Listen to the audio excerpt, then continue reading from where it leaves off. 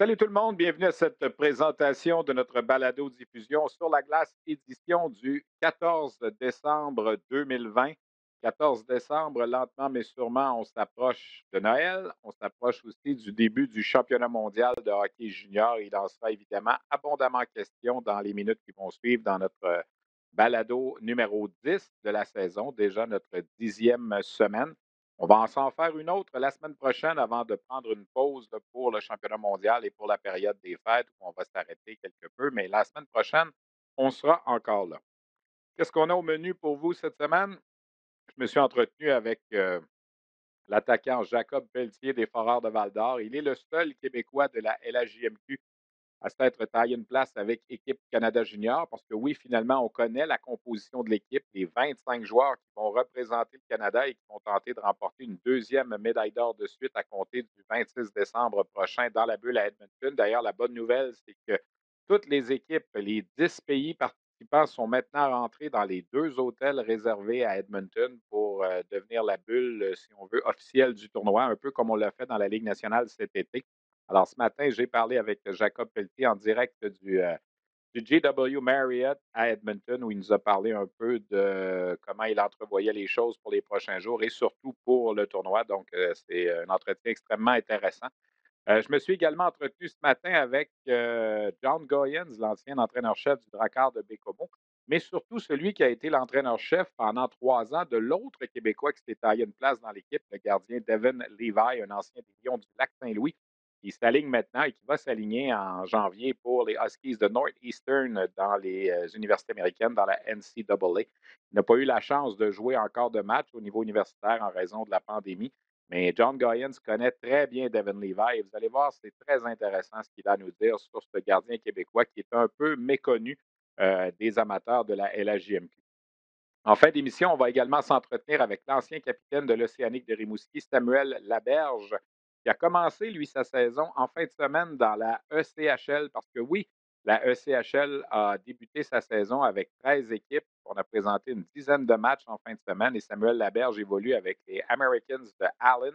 C'est une petite ville du Texas. On va lui parler un petit peu plus tard au cours de l'émission. Alors, c'est le menu qu'on a pour vous au cours des prochaines minutes. Évidemment, la nouvelle de la semaine, ça a été la formation officielle vendredi d'équipe Canada Junior. On connaît maintenant les 25 joueurs qui vont représenter le Canada. Ça n'a pas été facile parce qu'évidemment, il y avait beaucoup de profondeur, beaucoup de talent cette année dans l'équipe. Moi, ce que je retiens, on regarde la liste des 14 attaquants d'équipe Canada Junior parce que cette année, on en a gardé 14. D'habituellement, c'est 13. 14 choix de première ronde au cours des 2 dernières années. Je regarde la liste des 8 défenseurs. Il y en a 8 cette année au lieu de 7, comme c'est le cas habituellement. 6 des 8 arrières, ce sont des choix de première ronde. Donc, 20 joueurs sur les 22 patineurs, là, si on exclut les gardiens de but, sont des choix de première ronde dans la Ligue nationale. Alors, à part quand les entraîneurs vont envoyer sur la patinoire Caden Korzak et Jordan Spence, deux défenseurs, on est assuré d'une chose. Quand ces deux-là ne seront pas sur la glace, et je ne dis pas qu'ils ne sont pas bons, là, mais les 5 autres joueurs qui vont être là, ça sera tous des choix de première ronde dans la Ligue nationale. C'est du jamais vu dans l'histoire d'équipe Canada Junior, même dans les bonnes années, 95, 2005, il n'y a jamais eu autant de choix de première ronde dans l'équipe. Les gardiens de but également ont été sélectionnés. Alors, si on fait le tour, si on analyse un peu cette formation, premièrement, il y a 4 attaquants qui sont de retour de l'an passé. Quinton Byfield, Dylan Cousins, Connor McMichael et Dawson Mercer des Saguenay-Chicoutimi. Évidemment, Kirby Dack, ce n'est pas une surprise qu'il était pour être là. Il a été prêté par les Blackhawks de Chicago. Il a joué 64 matchs dans la Ligue nationale l'an dernier, c'est évident. Il sera un des leaders d'équipe. D'ailleurs, il a été le meilleur pointeur pendant les matchs intra-équipe avec 7 points en 4 matchs. À certains moments, j'ai l'impression qu'il aura l'air d'un homme avec des enfants. Lui qui mesure 6 pieds 4, pèse 200 livres. Assurément un candidat là, pour être parmi les meilleurs pointeurs du tournoi, tout comme un gars comme Dylan Cousins qui avait récolté 9 points l'an dernier dans la compétition. 7 joueurs qui se sont taillés une place dans l'équipe cette année avaient été retranchés au camp l'an passé à 18 ans. Alors, c'est vous dire la différence entre les joueurs de 18 ans et les joueurs de 19 ans. L'an passé, on leur a dit non. Cette année, on leur a dit oui. Alors, grosso modo, donc, les trios à l'entraînement hier, et je ne dis pas que ce sera les trios quand la compétition va commencer. On avait Jack Quinn accompagné de Cousins et de Dak. On avait Connor Zary accompagné de Byfield et de Philippe Tomasino. sur un troisième trio qui va peut-être être un trio un peu plus défensif. D'ailleurs, Jacob Pelletier va nous en parler tantôt. Pelletier complète Alex Newhook et Dylan Holloway, deux joueurs des universités américaines. Et là, il y a un quatrième trio, mais est-ce qu'on peut vraiment l'appeler un quatrième trio? Je ne suis pas certain. Connor McMichael a été placé là au centre avec Cole Perfetti. Perfetti, faut-il le rappeler, c'est un joueur de 100 points et plus l'an passé dans la Ligue de l'Ontario. Peyton Krebs complète ce trio. Et il reste comme 13e et 14e attaquant Dawson Mercer et Ryan Suzuki, le frère de Nick Suzuki, qui 2 ans plus tard imite son frère et se taille lui aussi une place avec l'équipe canadienne. En défensive, bien évidemment, le premier duo, il n'y a pas de doute, c'est Bowen Byram et Jamie Drysdale, deux vétérans qui sont de retour de l'an dernier. Par la suite, on a deux gars qui avaient été retranchés l'an dernier, mais qui pourraient drôlement être importants cette année. Thomas Harley, choix de première ronde des Stars de Dallas, et Braden Schneider, un choix de première ronde des Rangers de New York. J'ai l'impression que quand le tournoi va commencer, on risque de les voir ensemble, mais présentement, pendant les dernières séances d'entraînement, ils n'étaient pas ensemble. Un duo qui a très bien fait pendant le camp, Caden Goulet, le premier choix du Canadien en octobre dernier, qui complétait à merveille Justin Barron des Mooseheads d'Halifax. Et il reste également comme deux autres arrières. Est-ce qu'ils seront les 7e et 8e? On verra bien. Caden Korzak, qui est là, de même que Jordan Spence des Wildcats de Moncton. Spence est parmi tous les joueurs avant et défenseurs, celui qui a été repêché le plus loin, soit au 95e rang par les Kings de Los Angeles en quatrième ronde en 2019. Les trois gardiens de but retenus, le Québécois Devin Levi, gardien qui, comme je le mentionnais plus tôt, a joué 3 saisons avec les Lions du Lac-Saint-Louis. Dylan Garant, 18 ans, et Taylor Gauthier, 19 ans, un joueur, le seul de l'équipe Taylor Gauthier qui n'appartient pas à aucune formation de la Ligue nationale. Dans le cas de Levi, il appartient aux Panthers de la Floride et Dylan Garant aux Rangers de New York. C'est l'équipe donc canadienne cette année, l'équipe 2021. 25 joueurs. Il y en a 22, évidemment, qui seront en uniforme à chaque match. Il faudra retrancher un attaquant, un défenseur et un gardien de but à chaque rencontre pendant le tournoi. Cette année, la Fédération internationale a permis 25 joueurs au lieu des 23 habituels, évidemment, pour se protéger en raison de la COVID. Si jamais il y a des joueurs qui devaient tomber au combat, bien, évidemment, il faut prendre des joueurs qui sont déjà à l'intérieur de la bulle. C'est extrêmement intéressant donc de constater cette formation remplie de profondeur, remplie de talent. 4 joueurs au total donc de la Ligue junior majeure du Québec, Jacob Pelletier, Dawson Mercer, Jordan Spence et Justin Barron. Certains vont dire c'est peu, mais c'est la représentation de cette année. 20 des 25 joueurs ont 19 ans, les 5 qui ont 18 ans. Il y a notamment Caden Goulet, le défenseur. Il y a Jamie Drysdale qui est de retour de l'an dernier. Quinton Byfield qui est de retour de l'an dernier. Les deux avaient 17 ans l'an passé, sont là. Cole Perfetti qui avait été retranché l'an dernier. Et comme je le mentionnais, le gardien Dylan Garant. Cette formation-là est présentement en quarantaine, comme toutes les autres équipes qui sont rentrées dans la bulle à Edmonton. Le Canada qui est arrivé hier à son hôtel à Edmonton vers 18 heures. Et là, chaque joueur a pris la direction de sa chambre et doit demeurer dans sa chambre pour 96 heures, soit pour les 4 prochains jours. Euh, on en a discuté avec Jacob Pelletier ce matin lors de notre entretien, lui qui est installé maintenant à son hôtel à Edmonton.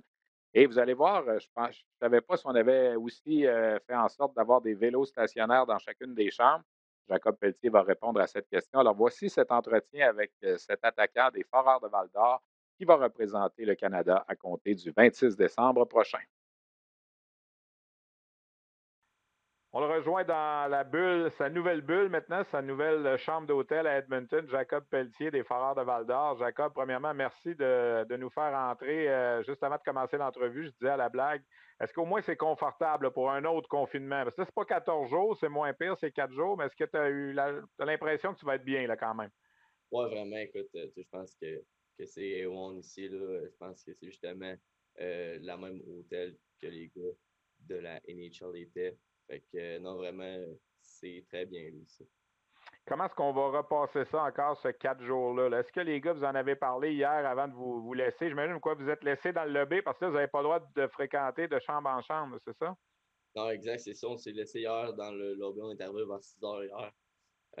Mais tu sais, je pense pas que ça va nous affecter vraiment. Tu sais, je pense que, que c'est chaque équipe qui fait ça. On a passé 2 semaines à le faire.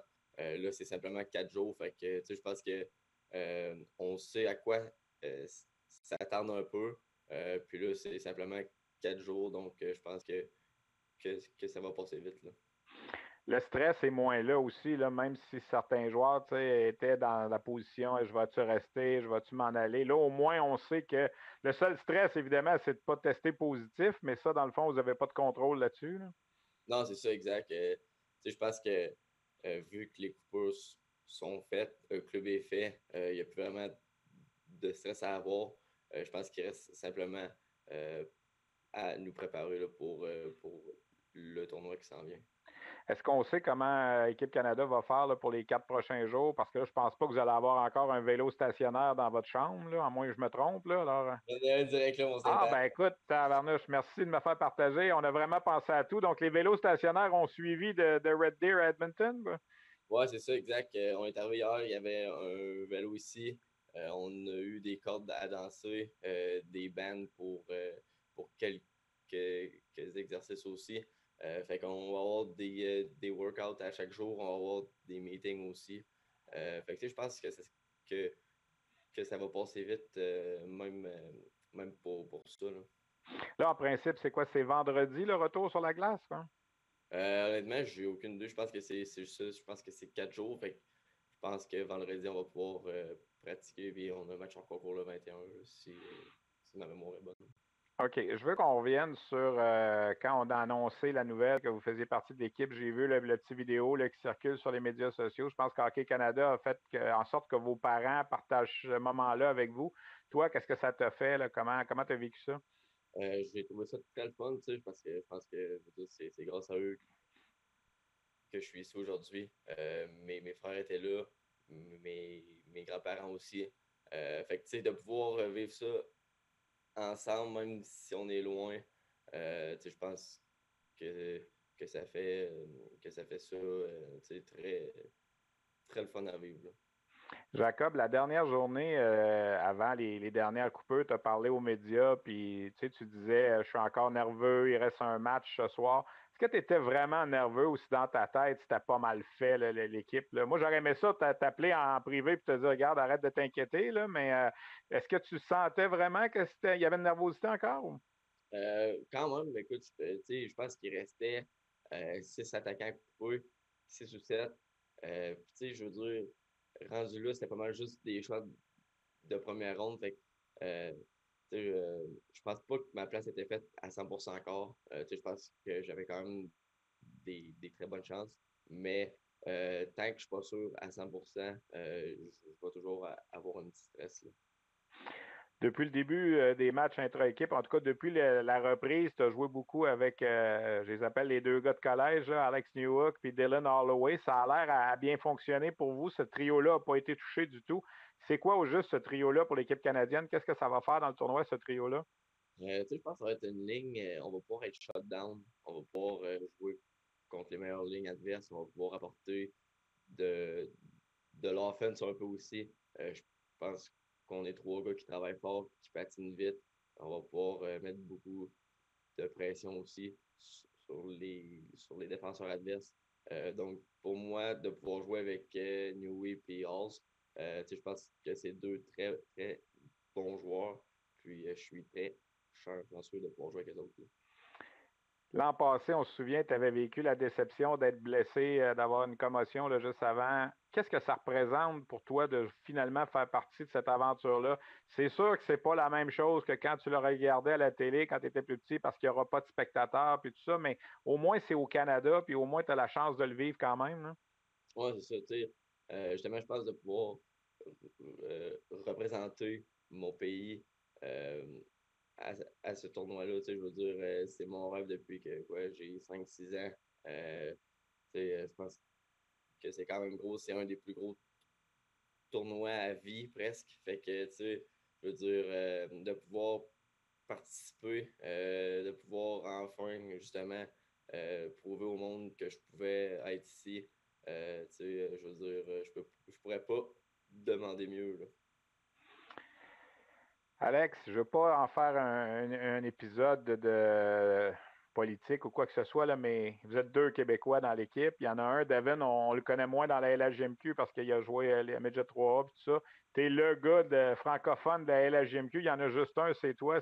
Sens-tu un genre de pas de pression, mais de vouloir encore plus bien faire pour représenter la province, peut-être, puis la LHJMQ. Il y a d'autres gars de la LHJMQ, là, des gars des Maritimes, là, mais toi, personnellement, là?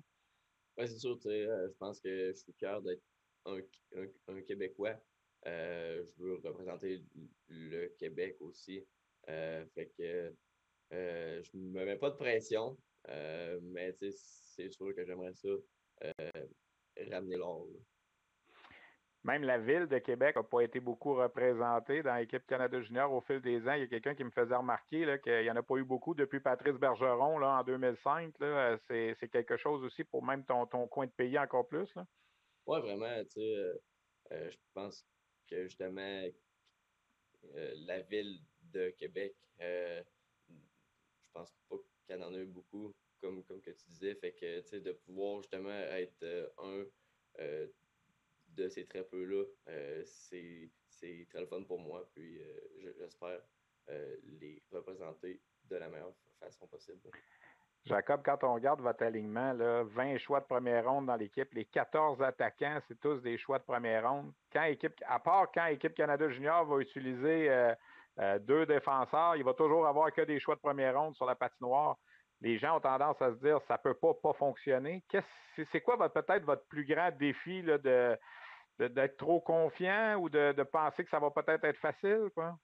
Ouais, mais justement, tu sais, je pense que depuis probablement que quand est commencé, Euh, tu sais, je pense que le monde pense que ça va être pas facile, mais qu'on devrait remporter le tournoi haut la main. Mais tu sais, je veux dire, je pense que oui, il y a beaucoup de choix de première ronde, mais il faut que ça marche ensemble pour pas que justement on soit trop confiant ou qu'on se pense trop bon. Je pense qu'il y a des excellentes équipes ici, puis euh, je pense que ça va être simple. Je pense qu'il va falloir qu'on soit l'équipe qui travaille le plus, là. Il y a 11 joueurs dans votre équipe vous avez gagné la médaille d'or ensemble avec André Tourigny là, au tournoi Linka Gretzky. Bon, malheureusement pour toi, tu avais fini le tournoi là, sur la liste des blessés, mais tu faisais quand même partie de l'équipe. Ça aide, ça aussi, même si vous êtes des gars d'un peu partout au Canada, vous vous connaissez quand même pas mal. Là, le noyau de l'équipe se connaît quand même beaucoup, puis vous avez une bonne relation avec l'entraîneur aussi. Là. Ouais, vraiment, tu sais, je pense que ça pourrait jouer un petit peu pour nous. Tu sais, on se connaît probablement tous. On connaît Bear aussi. Tu sais, on a passé un mois justement ensemble, là, donc 2 semaines en quarantaine, où on faisait plein de jeux et tout. Fait que je pense que notre chimie est là.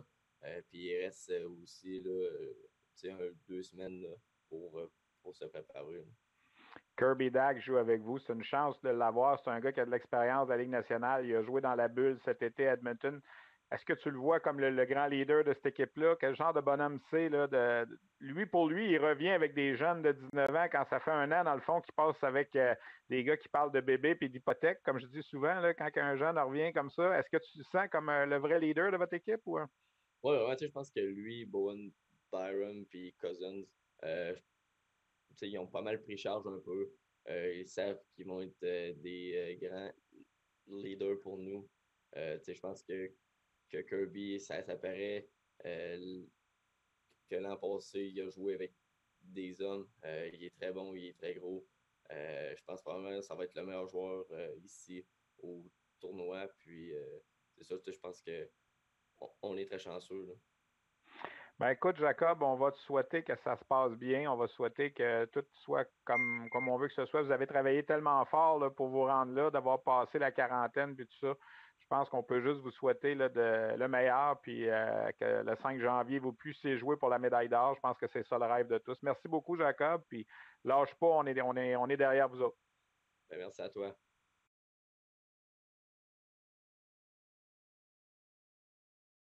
Des Foreurs de Val-d'Or qui nous parlait depuis sa chambre d'hôtel à Edmonton. Lui qui est maintenant, comme le reste de l'équipe canadienne, en confinement là, pour les 4 prochains jours, reçoit ses repas à la porte de sa chambre d'hôtel. Les joueurs, tout le monde qui est entré dans cette bulle-là porte un bracelet pour être certain qu'on ne brise pas, entre guillemets, les règles imposées par la Fédération internationale. Question de créer une bulle des plus étanches, un peu comme ça s'est passé avec la Ligue nationale cet été à Toronto et aussi à Edmonton. Il y a des grillages autour de l'hôtel, des 2 hôtels, en fait, à Edmonton où, logent les joueurs, et les membres du personnel là, pour chacune des équipes. Chaque délégation avait droit à 40 personnes, à l'intérieur de la bulle. Ça comprend évidemment les joueurs. Certains pays là, sont encore 27 ou 28 joueurs, devront donc retrancher des joueurs et retourner des joueurs à la maison lorsque le tournoi va commencer. D'autres équipes ont vraiment nommé leur personnel de 25 joueurs et plus ceux qui accompagnent l'équipe à l'intérieur de la bulle. Je veux parler également de ce qui s'est passé la semaine dernière. Évidemment, on a retranché des joueurs. On a dû aussi retourner des joueurs à la maison sans même qu'ils puissent revenir sur la glace au terme de la fameuse quarantaine de 14 jours. On pense entre autres à Xavier Simoneau des Voltigeurs de Drummondville qui finalement aura été passé 18 jours en Alberta, aura à peine touché la glace et a dû être retourné à la maison parce qu'il avait été en contact et qu'il avait déjà eu un test positif et un faux positif. On ne sait pas vraiment exactement, mais à la chose certaine, lui et 4 autres coéquipiers ont dû être retournés à la maison sans même avoir la chance de se faire valoir. Par la suite, il y a eu 2 séances de retranchement, une jeudi, une vendredi. Maverick Bourque, Hendrix Lapierre, Lucas Cormier et Samuel Poulain ont été retournés à la maison. Dans le cas de Bourque, Lapierre et Cormier, ils ont 18 ans, pourront assurément se reprendre l'an prochain.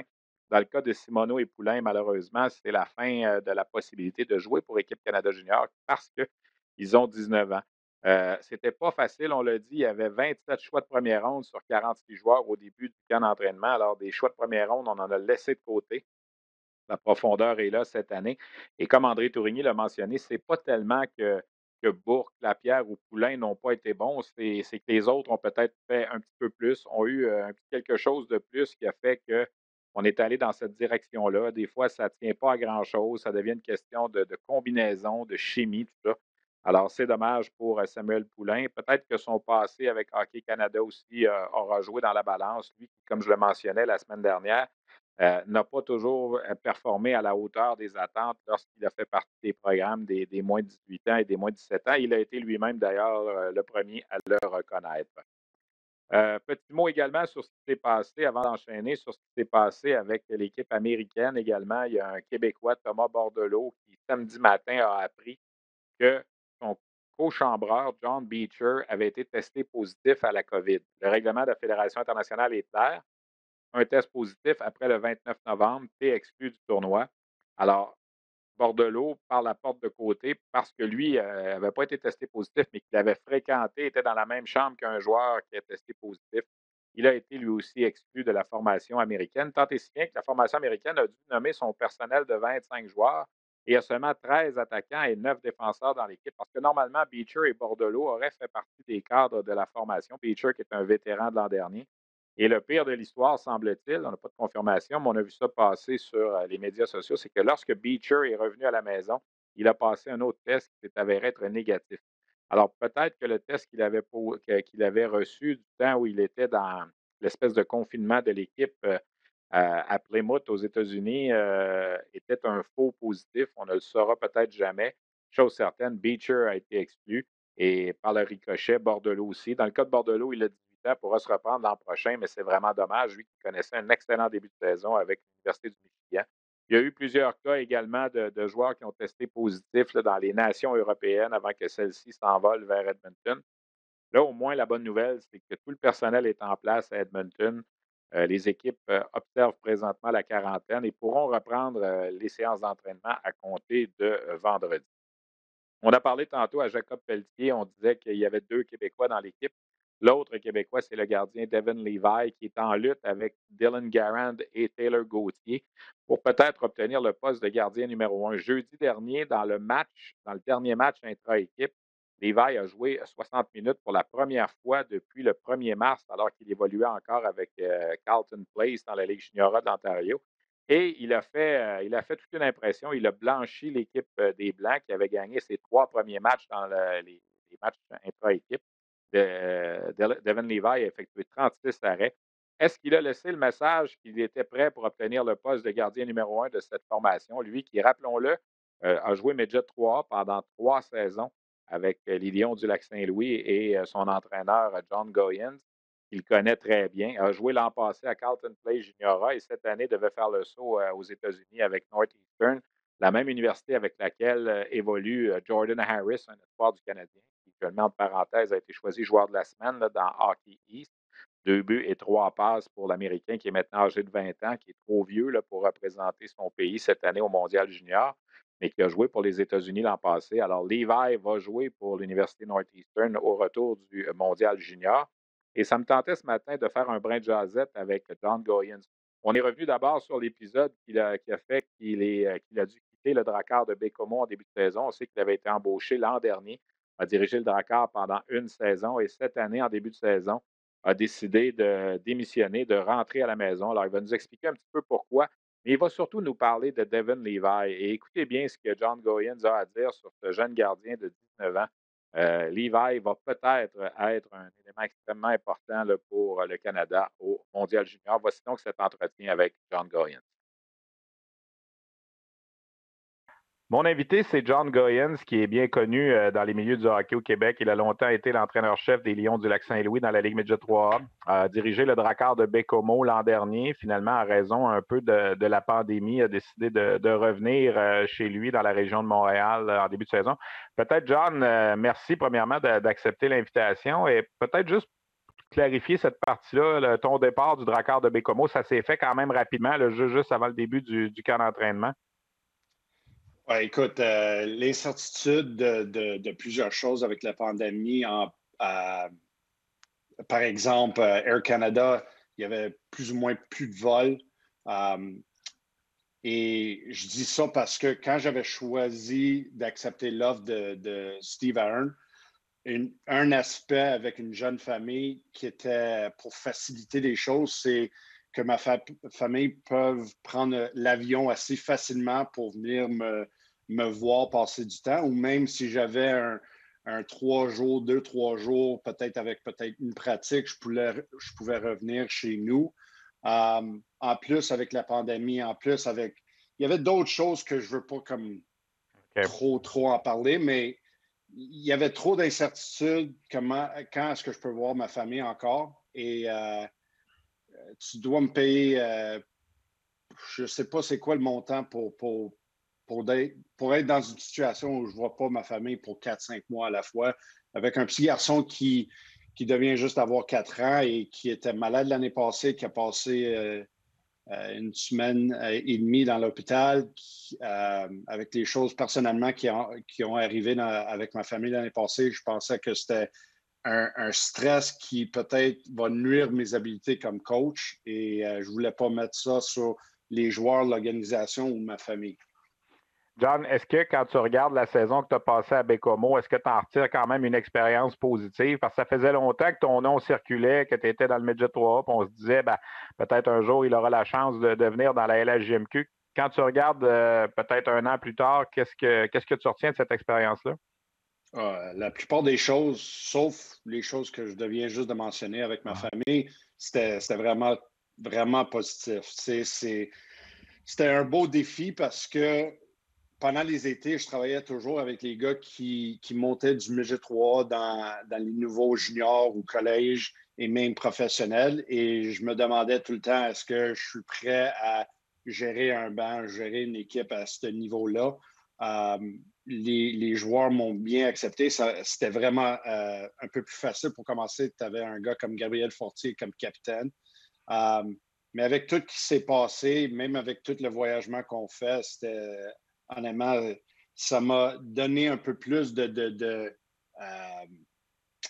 un coach pas établi, si tu veux, parce que là, pendant la pandémie, j'ai fait Coach's Café avec tous les entraîneurs pendant 6 mois. C'était pas juste, c'est juste un coach hockey mineur, c'est juste un coach midget ou quoi que ce soit. Et non, ça a bien déroulé et mes expériences sont positives.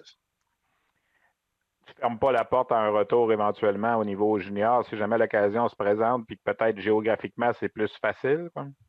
Non, pas du tout. Écoute, on espère que sans une pandémie aussi, ça va aider les choses. Mais non, je ne ferme pas la porte du tout. John, une des raisons que je voulais te parler cette semaine sur le podcast, c'est peut-être toi qui connais le mieux le gardien Devin Levi qui s'est taillé une place avec l'équipe canadienne junior qui Écoute, il a joué l'an passé dans les rangs juniors A, il devait jouer NCAA cette année, il n'a pas eu la chance de jouer de match encore. Là, il arrive avec l'équipe Canada. On ne sait pas encore au moment où on se parle s'il sera le gardien numéro 1, s'il sera le gardien numéro 3.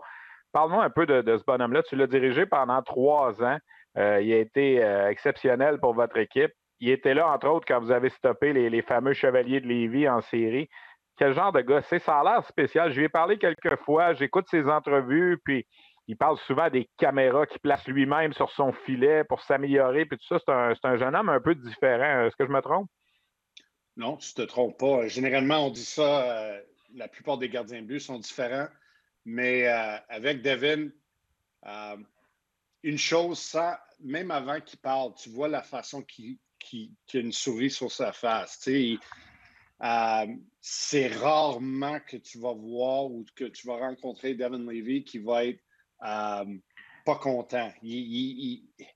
C'est infectious en anglais, on dit. Et depuis qu'il est jeune, il est comme ça. Et même quand il est arrivé avec les Lions, et je pense trop souvent, le monde disait qu'il a passé 3 ans, il aurait dû pas jouer. Le monde oublie qu'il est à il est à 4 ou 5 jours d'être un 2002. Ça veut dire que 3/4 de sa première saison, il a passé comme 14 ans. C'est comme presque un surclassement. Mais nous autres, on le connaît depuis qu'il est vraiment jeune. Ça fait partie un peu des choses qu'on fait avec les Lions, c'est on travaille avec les plus jeunes aussi. Et on voyait avec Devin, c'est premièrement, on ne parle même pas de la technique. Il compétitionne, il est coachable, et il étudie la game. Il étudie la game. Il étudie lui-même. Et avec les choses, avec les vidéos, ça, c'est, on peut suggérer des choses, mais lui, il prend ça toujours à un autre niveau. Et c'est la même façon qu'il gère l'école. C'est un jeune homme que pendant 5 ans à West Island College, je pense que sa moyenne en 5 ans à l'école, c'était 96 ou 97. Et c'est pas dans le Nintendo 101. C'est toujours dans les sciences les plus hauts, les maths les plus hauts. Il aime le challenge de gérer son temps, du time management. Et c'est un gars qui arrive à l'aréna toujours content, toujours donne la main à chaque coéquipier. C'était tellement fun de coacher un jeune comme ça, mais même aujourd'hui, on blague un peu, c'est un nerd ou quoi que ce soit, mais c'est pas comme un insulte. Il prend ça comme, oui, je suis un nerd un peu, mais en même temps, on fait des blagues. Est-ce que tu es en train encore de regarder tes SpongeBob, tes bandes dessinées SpongeBob? Parce qu'il était comme un petit enfant, en anglais, on dit a kid in a candy shop. Il était toujours comme ça à l'aréna et passer 3 ans avec lui et même depuis qu'il a joué avec nous autres, un gars comme ça te rend meilleur comme coach et personne. On s'entretient avec John Goyens, ancien entraîneur des Lions du Lac-Saint-Louis. On parle du gardien Devin Levi. Est-ce que tu as l'impression qu'il va réussir à convaincre Hockey Canada de peut-être lui donner le poste? Parce qu'on dit de lui, il n'a pas joué dans la Ligue canadienne de hockey ces 2 dernières années. Il joue à 17 ans, Midget 3A, 18 ans, Carlton Place Junior A. C'est peut-être pas le plus gros calibre non plus.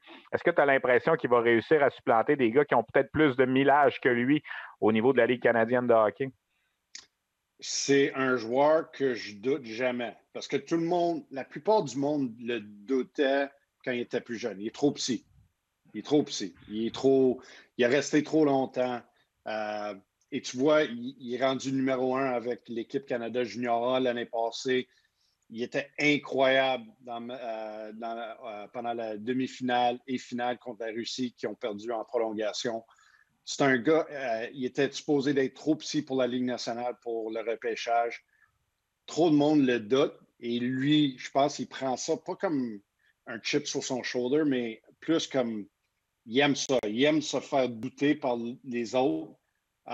Mais moi, je le doute jamais. Et même s'il est rendu deuxième, il va être le meilleur coéquipier que tu peux avoir dans ce scénario. C'est vraiment un gardien spécial. Il s'en va à Northeastern. C'est un choix de 7e ronde. Ça fait un peu penser à Caden Primo. Le Canadien a repêché Caden Primo en 7e ronde aussi. Il est allé à Northeastern aussi.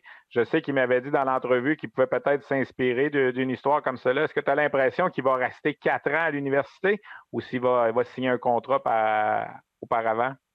Moi, je pense qu'il va rester au moins 3 ans. La raison que je dis ça, c'est parce que le pourcentage de la réussite scolaire d'un joueur qui reste au moins 3 ans, je pense que c'est à peu près 85 ou 90 des joueurs qui restent au moins 3 ans vont réussir à avoir le diplôme. Ça baisse beaucoup si tu restes seulement 2 ans. Et je sais pour Devin, même le hockey professionnel, la Ligue nationale et son diplôme, pour lui, ça vaut presque la même chose. Et je pense que c'est pas un jeune homme qui veut sauter dans les rangs professionnels et avoir des doutes qu'il aurait dû rester une autre année. Tu vois, comme un Mike Matheson, il a resté 3 ans et il a eu son diplôme. Jeremy Davies, il était à un cours, il a resté 3 ans. Il y en a plusieurs. Moi, je pense qu'il va rester minimum 3 ans.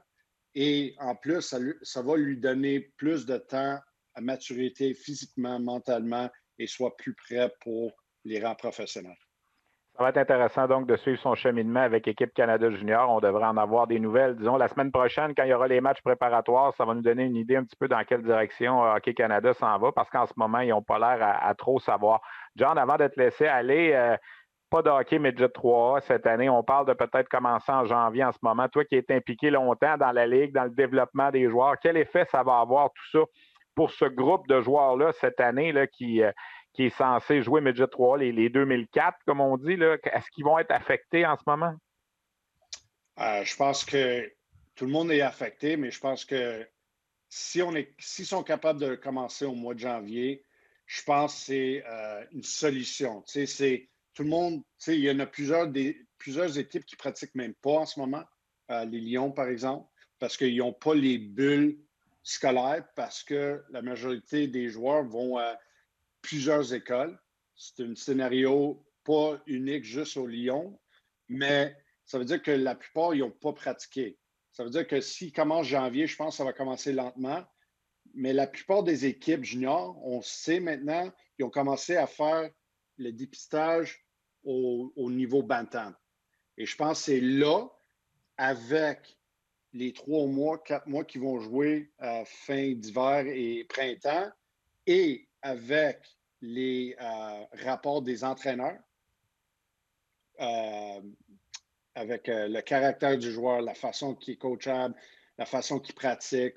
Je pense que les références des entraîneurs vont avoir un gros morceau de l'aspect du draft pour plusieurs 2004. Ça va être intéressant à surveiller. On va espérer que ça va commencer bientôt. John, merci beaucoup d'avoir pris le temps de jaser avec nous. On va te souhaiter de joyeuses fêtes avec ta famille, puis sûrement te revoir derrière le banc d'une équipe très, très, très bientôt. Merci beaucoup. Merci beaucoup. Goyens avait à dire sur ce Devin Levi. Et il a raison, hein? Devin Levi est né le 27 décembre 2001. Alors, quand il a joué à 15 ans dans la Ligue Média 3, c'était presque un joueur de 14 ans à qui on avait donné une permission spéciale. S'il avait vu le jour 5 jours plus tard, il aurait été, comme disait John, un 2002. Alors, oui, il a joué à 15 ans à Lac Saint-Louis Midget 3A, mais c'est comme s'il avait 14 ans. A joué à 16, a joué à 17 parce qu'évidemment, ne voulait pas prendre l'avenue de l'Armada de Blainville-Boisbriand, qui l'avait sélectionné et qui a bien tenté de le convaincre de venir jouer dans la Ligue de hockey junior majeur du Québec. Finalement, il a pris un autre chemin. L'avenir dira où il pourra se rendre, mais chose certaine, c'est une belle histoire que celle de Devin Levi. Et au cours des prochains jours, il n'y a pas d'entraînement avant jeudi ou vendredi. Je ne sais pas si dans la tête des dirigeants de Hockey Canada, on a cheminé beaucoup avec le poste de gardien de but parce qu'on l'a dit souvent depuis le début, c'est peut-être le poste où il y a un point d'interrogation dans le sens où il n'y a pas de Yaroslav Askarov comme les Russes ont ou de Spencer Knight comme les Américains ont pour amorcer ce championnat mondial-là avec Guerin, Gauthier et Levi. Mais l'an passé, souvenez-vous, Joel Hofer et Nico Dawes sont venus d'un peu nulle part. Dawes a amorcé le tournoi. Hofer a pris la relève à un certain moment. Dawes n'était pas repêché dans la Ligue nationale. Hofer est un choix de 4e ronde et ça n'a pas empêché le Canada de finalement se sauver avec la médaille d'or en République tchèque. Alors voilà un peu qui complète notre segment sur le mondial de hockey junior. On va évidemment suivre ça tout au long de la semaine dans nos émissions. Je vous rappelle que lundi prochain, le 21 décembre, on va faire un sur la glace, notre dernière édition avant Noël, mais c'est aussi cette journée-là à 18 heures que le Canada va sauter sur la patinoire pour son premier de 2 matchs pré-compétition. Le Canada qui va affronter la Suède le 21 décembre à 19 heures et va affronter la Russie le 23 décembre à 18 heures. Des matchs qui seront présentés sur les ondes de RDS.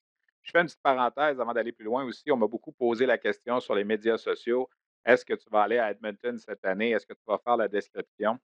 En raison de la pandémie, cette année, RDS va faire la description des matchs en studio. Je vais demeurer à Montréal cette année pour décrire la plupart des matchs. On a 2 équipes pour la diffusion des matchs à RDS. Je serai avec Normand Flynn sur une équipe.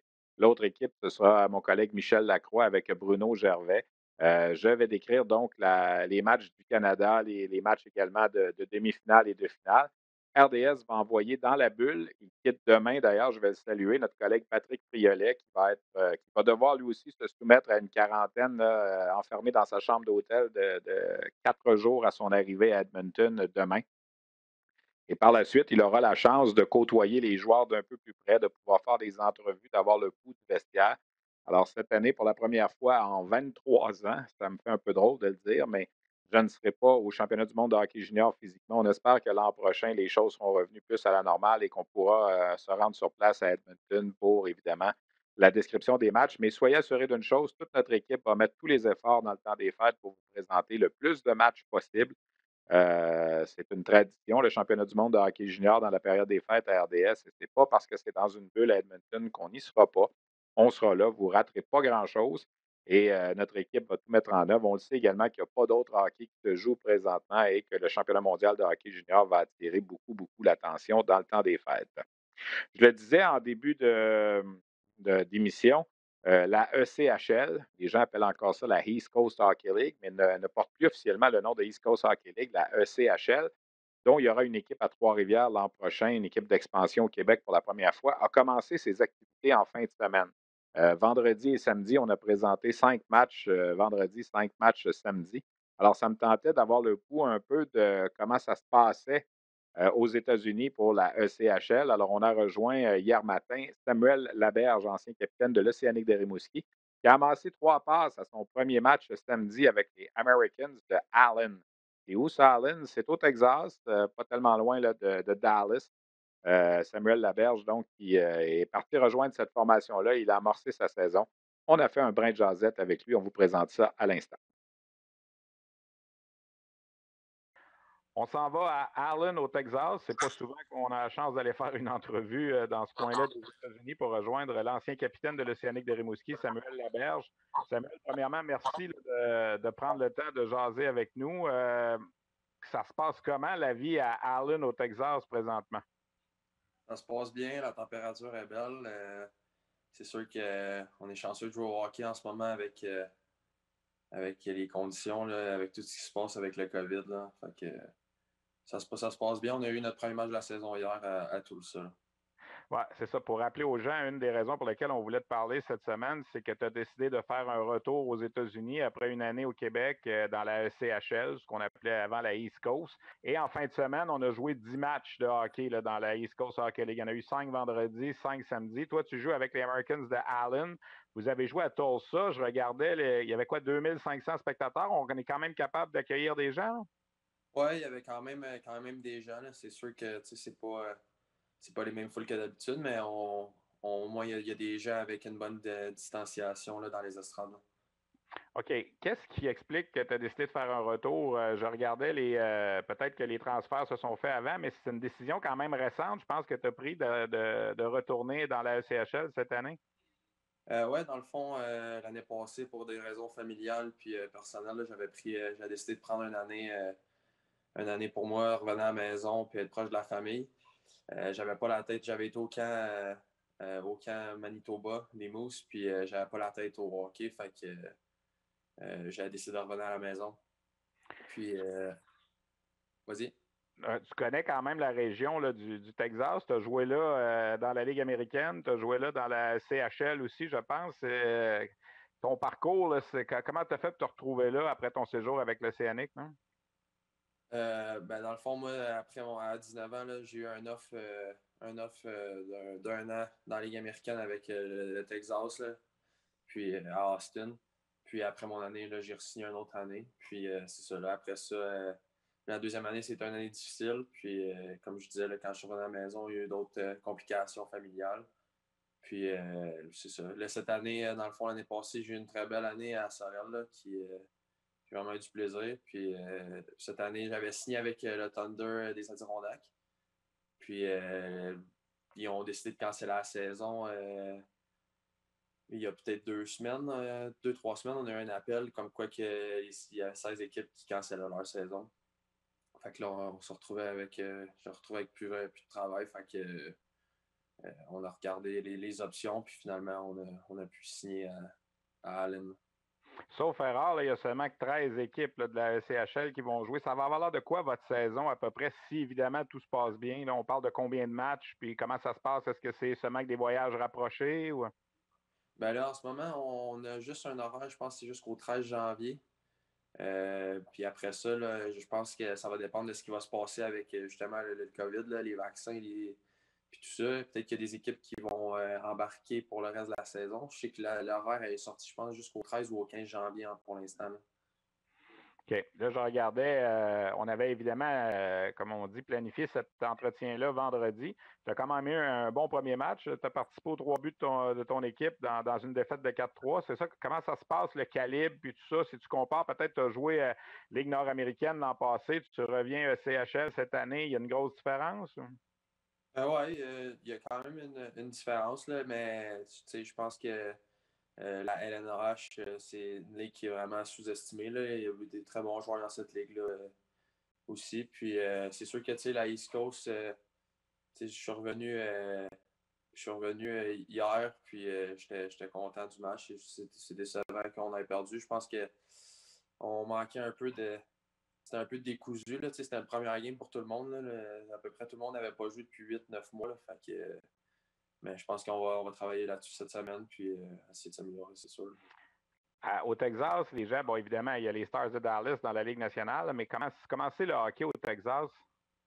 Le hockey au Texas, dans le fond, c'est pas. Comment je pourrais dire? Quand j'étais à Austin, c'était très populaire, Dallas aussi. Puis à Allen aussi, ça a l'air que les gens, les fans sont super. Sont là en grand nombre. Puis, comme je dis, là, on a beaucoup de gens qui nous aident pour nos appartements, même pour la bouffe, puis toutes ces choses-là. Là, on est vraiment chanceux sur ce côté-là. Ce qui paraît une bonne foule, j'ai pas pu jouer encore à la maison, là, mais à ce qui paraît habituellement, là, je sais pas avec le COVID comment ça va être, mais à ce qui paraît, il y a une très bonne foule. Là, concernant les incertitudes, t'arrives quoi là-bas? T'es seul, t'es avec ta famille, t'as des coéquipiers québécois, je pense, qui sont là aussi. Comment on vit ça? Il y a de l'incertitude. Je sais pas si à partir de janvier ou février, la saison ne sera pas arrêtée, là. Ouais, ben tu sais, c'est ça, comme tu dis, là, on le sait pas encore. Là. Moi, dans le fond, je cohabite avec Alexandre Lavoie. Ça aussi, là, je suis vraiment content comme tu arrives dans une nouvelle équipe, fait que c'est tout le temps le fun d'avoir un Québécois qui est là avec toi, puis surtout un gars qui a joué ici, qui sait un peu comment ça fonctionne. Fait que ça, j'étais vraiment content là, pour ça. Là. Alexandre Lavoie, l'ancien des Saguenay-Chicoutimi, pour ceux qui suivent le hockey junior depuis longtemps. On s'entretient avec Samuel Laberge. Samuel, je veux t'emmener sur une question. L'an prochain, il y aura une équipe à Trois-Rivières dans la ECHL, puis on ne s'est pas caché. On a fait une entrevue il y a quelques semaines avec Mark Whiteman, qui est le président de cette équipe-là, qui a dit ouvertement, nous, on veut avoir des joueurs québécois, puis tout ça, puis peut-être que ça va devenir un peu le club école du Rocket de Laval. J'imagine que pour des bonhommes comme toi, puis tu peux peut-être même inclure ton coach en bras, c'est une opportunité qui va peut-être se présenter l'an prochain. Ah, c'est sûr, tu sais, on sait jamais là, ce qui peut arriver. Tu y vas année par année. Ça va dépendre de la saison ici. Là. En ce moment, on a vraiment un bon groupe de gars. La chimie est bonne. Faut juste, comme je dis, ça fait pas longtemps que je suis ici, mais les gars là sont vraiment smart, gentils là, avec moi. Puis, je pense que comme je te dis, là, c'est un peu du hockey décousu en ce moment. Puis il faut falloir qu'on travaille là-dessus. Mais c'est sûr que Trois-Rivières, là, c'est proche de la maison et tout. Mais comme je dis, là, on va voir l'an prochain. Là. Vous réussissez, les gars, à gagner votre vie en jouant au hockey, mais pour ceux qui ne sont pas nécessairement au courant, là, on ne parle pas du même genre de salaire de la Ligue nationale et de la Ligue américaine quand on joue dans la ECHL. On arrive quand même à bien se débrouiller. Là, je ne sais pas si tu veux partager ou en tout cas au moins nous dire un petit peu que la vie est quand même bonne. Hein? Ouais, non, pour vrai, on est vraiment chanceux, là, comme tu dis, on joue au hockey pour gagner notre vie, là. Fait que, on est dans la East Coast, dans le fond, on n'a pas nos appartements sont payés. Fait que, c'est vraiment, comme je dis, là, on est vraiment chanceux, là. On n'a pas à se plaindre. Le rêve de la Ligue américaine puis éventuellement de la Ligue nationale, on réussi à le garder pareil. Je pense que la CHL publiait justement il n'y a pas longtemps qu'il y a 600 ou 700 anciens joueurs qui jouent dans la Ligue nationale qui ont déjà passé par la CHL. On a eu un bel exemple avec Alex Belzile, un autre ancien de l'Océanique l'an passé qui a joué quelques matchs l'été avec le Canadien durant la bulle. On y croit toujours, quoi. Ouais, c'est sûr. Comme je dis, moi, personnellement, ça a peut-être pris. Il a peut-être fallu que je prenne un pas de recul pour penser à moi, puis pour recommencer dans le fond, puis avoir toute la tête au hockey. Mais comme tu as dit, là, Alex, je pense que c'est un bel exemple pour tout le monde, là, tous les Québécois qui ont pas été repêchés, là, puis que ce gars-là, ça fait des années et des années qu'il travaille extrêmement fort. Je pense que c'est un exemple pour tous les Québécois, là. Samuel, merci beaucoup. On va te souhaiter bonne chance avec les Americans de Allen. On va suivre ça à distance, évidemment. Il n'y a pas beaucoup de hockey professionnel qui se joue présentement. Alors, bonne chance, puis bon temps des fêtes aussi aux États-Unis, en espérant que tout le monde demeure en sécurité et en santé. Merci beaucoup, Samuel. Merci, Stéphane. Bonne journée.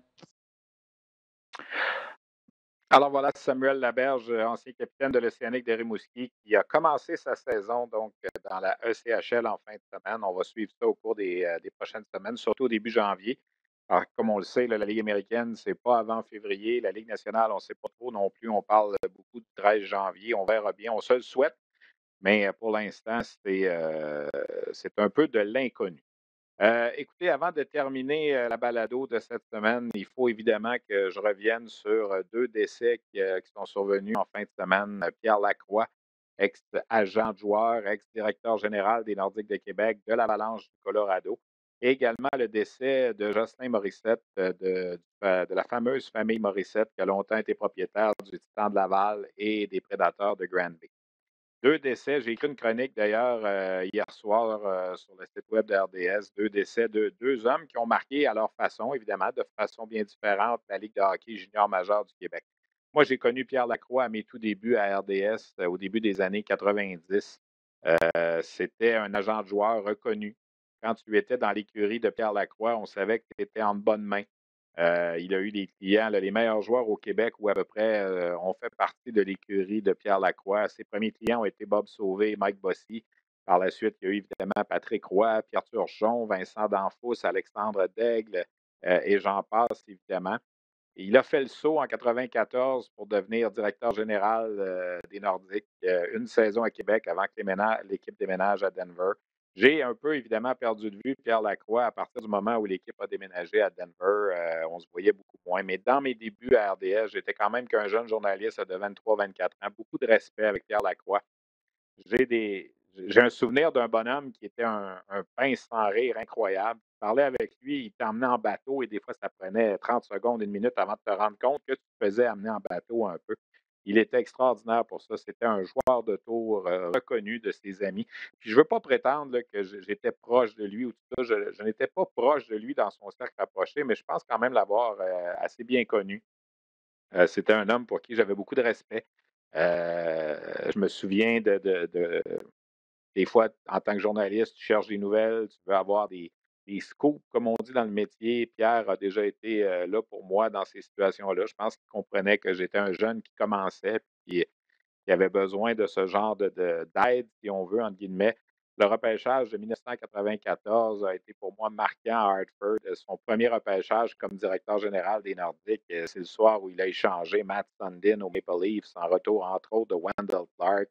Il avait fait l'acquisition d'Uwe Krupp. Il me semble que j'avais passé la soirée tout près de la table des Nordiques ce soir-là et Pierre était là et Pierre me faisait des petits clins d'œil de temps en temps. Puis, là, Pierre était quelqu'un qui aimait quand même comme on dit, volé le spectacle. Et ce soir-là, il l'avait volé solide. Et moi, le jeune journaliste que j'étais, j'avais profité un peu de cette présence-là pour avoir quelques primeurs. Et ça a changé, je vous dirais, un peu le début de ma carrière de journaliste à RDS. Alors, je voulais saluer Pierre Lacroix.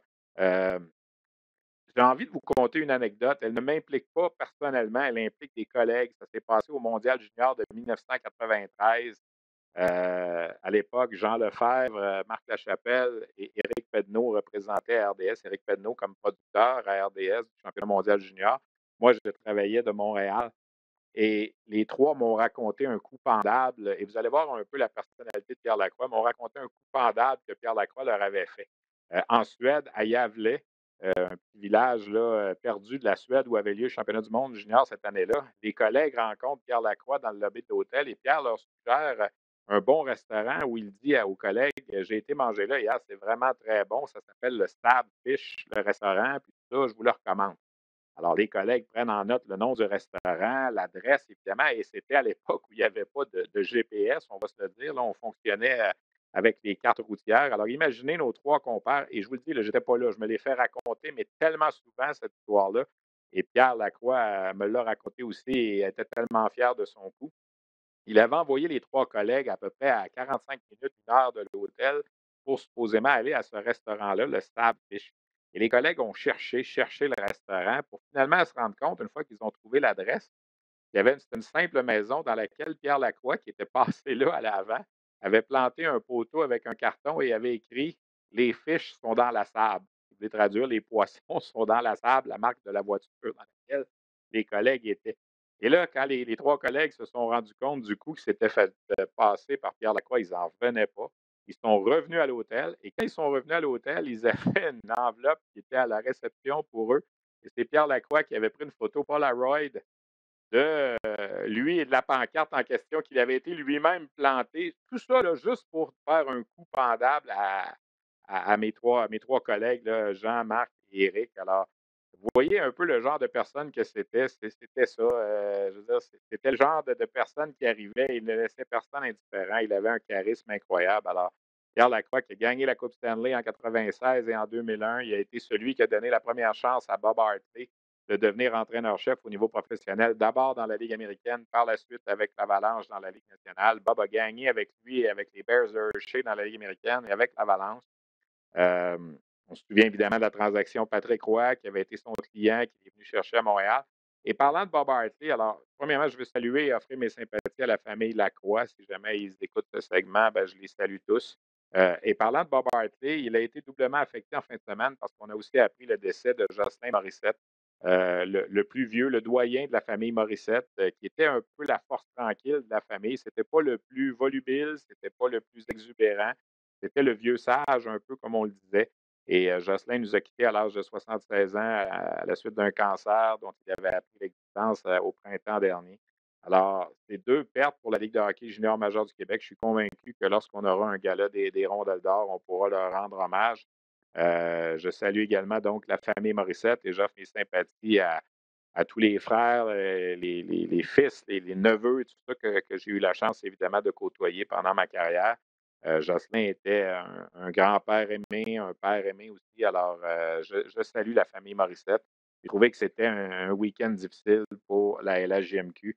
J'ai parlé avec le commissaire Gilles Courteau hier, qui était très affecté. Pierre Lacroix, c'était un de ses très bons amis qu'il avait connu dans les années 70, lorsque ce dernier a débuté sa carrière d'agent et qui a été un complice pour le commissaire de la Ligue junior majeure du Québec. Alors voilà, je tenais à terminer le balado-diffusion de cette semaine en rendant hommage à ces deux disparus du week-end, Pierre Lacroix et Jocelyn Morissette. Ben voilà qui complète notre balado-diffusion numéro 10. J'espère que ça vous a plu. Je vous rappelle qu'on sera là pour une dernière avant Noël la semaine prochaine. Après ça, on fera une petite pause. On reviendra au mois de janvier. Je remercie Roxane Clermont à la technique, Luc Dansereau à la coordination, Christian Daou à la recherche. Mes invités, John Goyens, ex-entraîneur du Drakkar de Bécomo, Jacob Pelletier de l'équipe Canada Junior et Samuel Laberge des Americans de Allen. Stéphane Leroux qui vous dit à la prochaine. Bye bye.